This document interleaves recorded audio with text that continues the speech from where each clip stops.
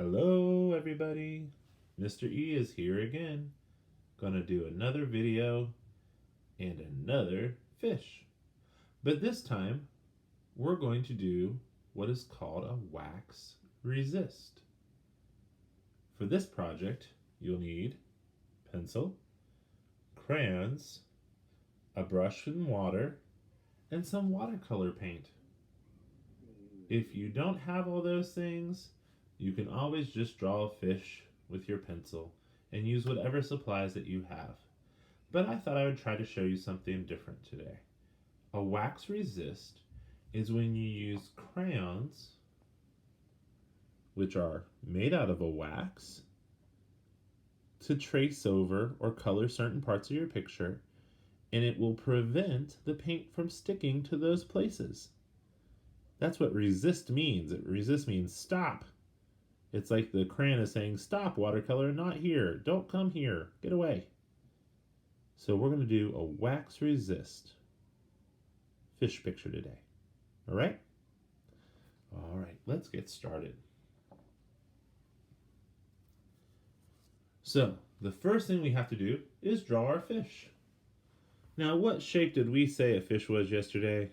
Who remembers? That's right. A fish is an oval shape. Does it have to be perfect? Nope. My ovals are never perfect. That looks like a lumpy egg. What other shapes did we say we need for a fish? Yep, circle for the eye. Actually, 2 circles. Oh, I'm going to make the kissy lips. Now, the kissy lips are kind of like a little bean. Mwah, mwah, mwah. Then we need the fins. Now, the dorsal fin on top, if you remember, the other fish we did was like a wave. It was like a bending triangle shape. This one, we're going to do like a bending rectangle shape. It's going to look like a mohawk. He's a punk rocker fish. Then the tail will be what shape? That's right, we use triangle shapes for the tail. And there's different ways to make fish tails.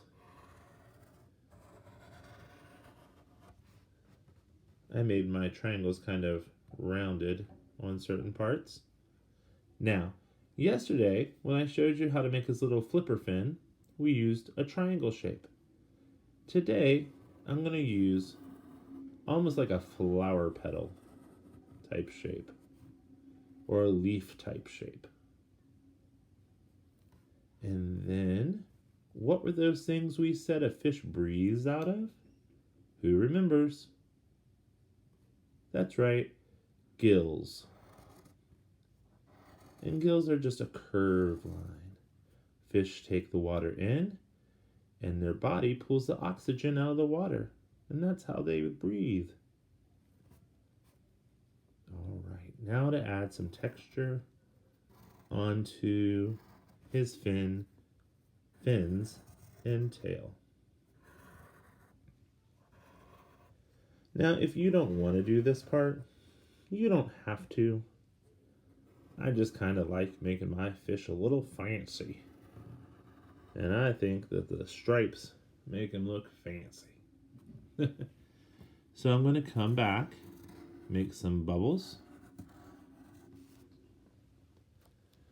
I'm going to draw my wave line down here at the bottom for the ground. Now, oops. Over on this side, I'm going to put a rock. Oh, do you see what I just did? I'm going behind his tail. That's called overlapping. And I'm going to make some coral.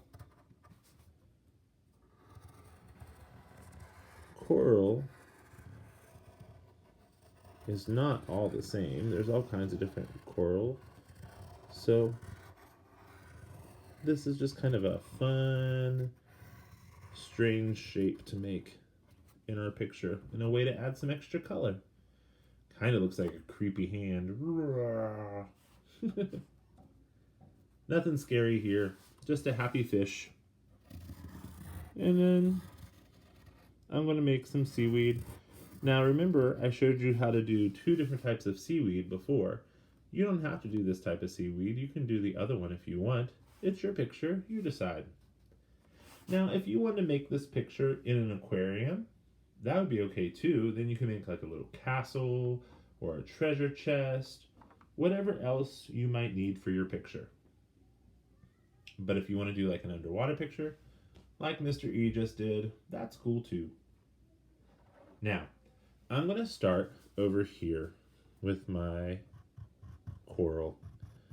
I'm going to put some yellow on it, just because I want some nice bright warm yellow in my picture, because there's no sunshine because we're underwater.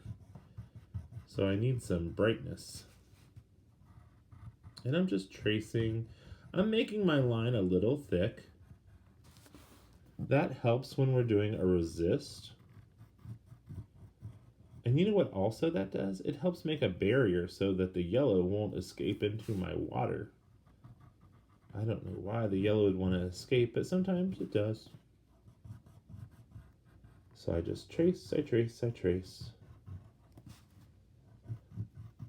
I always tell my kids though, no sloppy Joe. You want to take your time and do your best. No sloppy Joe. Sloppy Joes are good for lunch, but not good for our artwork. Now, I don't have a gray out right now, so I'm going to use a black on my rock. I'm just going to trace it like this. I'm not going to color it in because we're doing the wax resist. The other thing that I want black in my picture is his eyeball, his pupil. You have a pupil too. Now we have irises. That's the color part of our eye. Fish don't really have irises, but if you want to make an iris, totally go right ahead and do it. No problem. It's your fish. You want it to have an iris? It can have an iris. Now, if you notice I have white right now, it might seem a little bit silly to color white paper white. But we're trying to do a wax resist. So wherever I put the white, the paint shouldn't stick. Wouldn't that be funny if the paint stuck this time? It shouldn't. So I'm tracing my bubbles. I'm not coloring them all the way in. I'm just tracing around the edges. So this is a good start to my picture, don't you think?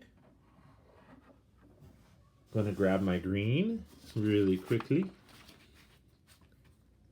and trace my seaweed. Now this is that bright green. I love this color. Green is my favorite color. And I really like this bright, happy green. But you can use whatever one you want. Hey, and if you want to make a different color seaweed, you want to make purple seaweed, go right ahead. So my fish needs some tracing. So I'm going to use a color to trace the main part. Oh, Mr. E pushed too hard. It broke. Oh well, accidents happen. You know what I'm going to do? I'm going to thicken that line up and we won't see the little boo-boo. That's the thing as artists.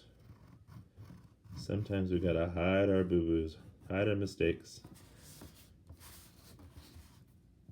If you've ever seen Bob Ross, he's a guy that does painting on TV. He always says, happy little accidents. Because they're gonna happen. Sometimes I get frustrated when I make mistakes. But you know what? Everybody makes mistakes. It's okay. We, as artists, are creative, and we can figure out ways to fix our mistakes, or at least cover them up so nobody knows we made them. So I'm going to take this color. This is a red violet. And I'm going to trace all those outer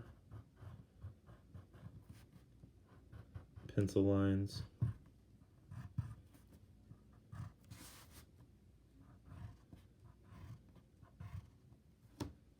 That is part of that broken piece of crayon. Just scoot that over. You don't want to brush it like this if that ever happens to you, because if you do, ooh, we're blurry. There we go.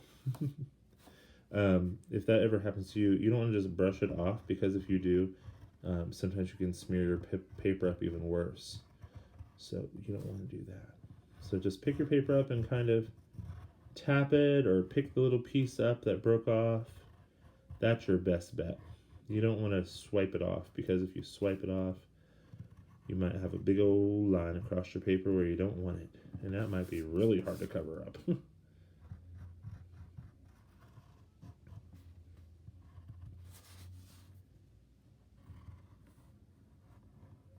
Trace, trace, trace.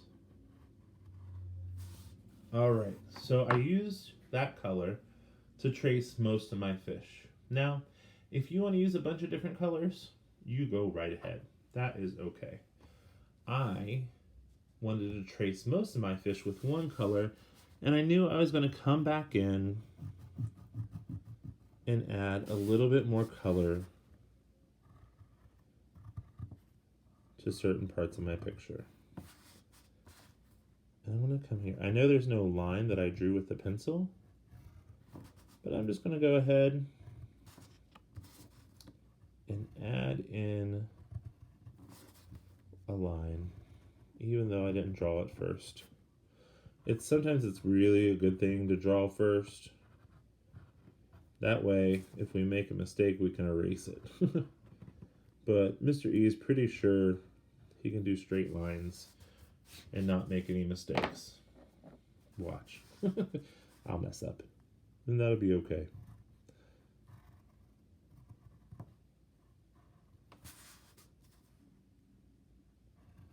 I'm just putting a little bit of this yellow orange in here. I really love yellow orange and yellow and pink together, because I just think it looks like summer. I guess it kind of reminds me of like pink lemonade and regular lemonade and oranges. Some of that summery type stuff. He's looking pretty cool, huh? And then I'm just going to take yellow one last time. Now, if you have a tan color or something you would like to use that you feel would be better for the sand, then you go right ahead. Or if you want to use brown, because sometimes there's not sand, sometimes it's more like mud and dirt. So if you want to use that, please do. That's up to you. And I could add other things to my picture. We could have put seashells in there, or a starfish. We could have done a lot of things. But we'd be here all day if Mr. E started adding all that, huh? So I'm going to go ahead and start to paint. So the first thing I always do is I rub my brush on the bottom to make sure that any color that is in my brush is out. And then I come over and I rub-a-dub-dub the color. Now, I'm not digging. I'm not pushing hard. I'm just gently rubbing it. I tell my students, think as if you were rubbing a baby's cheek. You wouldn't want to push hard, or it would go wah, wah. Now I'm going to paint right over top of the lines I drew. I'm even going to paint over top of my eye.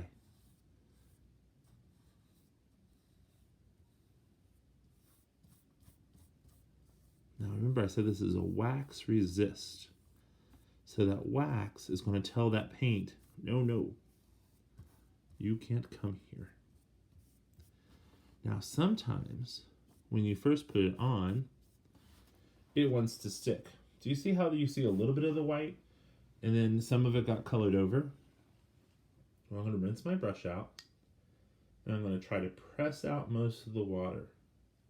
Now, I always press my brushes. I don't grab them and pull the hairs, because that's not good for the brush. What if I grabbed your hair and started pulling? You wouldn't like it too much, would you? So I'm going to take my brush, and I cleaned it out and got most of the water, and I'm just going to go over top of the eye, like that.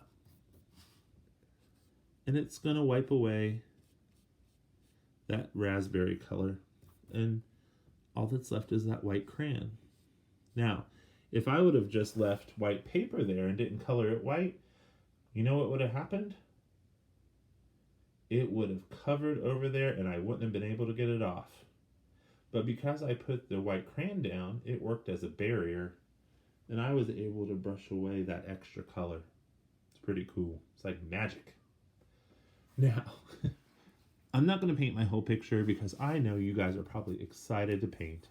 I'm just going to show you one more thing, and then you guys can have at it and start creating. So I'm putting yellow down for my coral. I'm going to rinse my brush out. I'm going to get some of this yellow orange, which is probably like the next closest color to the yellow, the most like it.